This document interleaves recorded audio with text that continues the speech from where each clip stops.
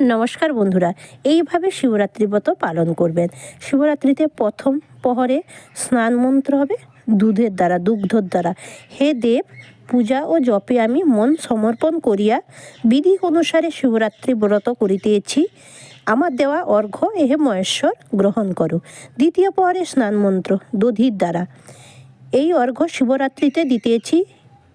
হে সর্বপাপ হারি শান্ত মূর্তি শিব, তুমি উমার সহিত তাহা গ্রহণ করুন। তৃতীয় প্রহরে স্নান মন্ত্র ঘৃতর দ্বারা। দুঃখ দারিদ্র ও শোকে পীড়িত আমি এই শিবরাত্রিতে তোমায় অর্ঘ্য দিতেছি। হে উমাপতি, আমার অর্ঘ্য গ্রহণ করুন। চতুর্থ প্রহরে স্নান মন্ত্র মধুর দ্বারা। হে শঙ্কর, আমার কৃত পাপ সকল তুমি হরণ করো। এই শিবরাত্রিতে তোমায় আমি অর্ঘ্য দিতেছি।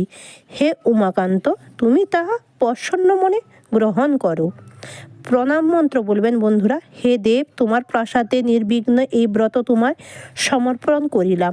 হে জগৎপতে, আমায় ভুল ত্রুটি ক্ষমা করো। অদ্য কৃত পুণ্য কর্ম আমি রুদ্রকে নিবেদন করিলাম। আমার প্রতি প্রসন্ন হও এবং আমার পুজো সন্তুষ্ট হও। পূজায় সিদ্ধি হোক। আমি তব দর্শনে পবিত্র ও ধন্য হইতেছি। এরপর ব্রতকথা শুনিয়া স্নান করিয়া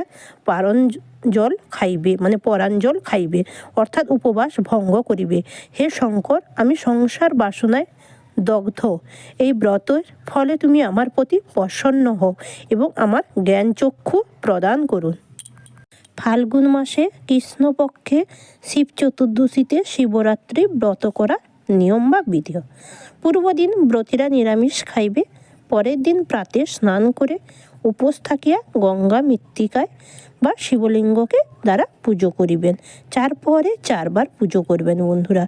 ফুল হিসেবে আকন্দ ফুল, ধুত্রা ফুল, বেলপাতা দিলে মহাদেব খুব সন্তুষ্ট হয়। গাঁদা ফুলও দেওয়া যায় বন্ধুরা। এইভাবে রাত্রি 4 প্রহরে 4 বার পুজো করবে। প্রথম প্রহরে দুধ, দ্বিতীয় প্রহরে দই, তৃতীয় প্রহরে ঘৃত, চতুর্থ প্রহরে মধুর দ্বারা পুজো করিবেন বন্ধুরা। পুজোর উপকরণ হিসেবে রাখতে পারেন দূর্বা, ধূপ, দই, দুধ, কাঁচা দুধ, ঘৃত এবং কলা, আতপ চাল এবং শিবের মহাদেবের ধুতি, দুর্গার শাড়ি এবং গোটা আতপ চাল এবং পঞ্চদেবতার জন্য ফল, কিছু গোটা ফল। নমঃ শিবায় শান্তায় কারণং ত্রহে তবে নিবেদয়ামি চাত্মানং তঙ্গুতি পরমেশ্বর। উমা মহেশ্বরের চরণে শতকোটি প্রণাম জানিয়ে পুজো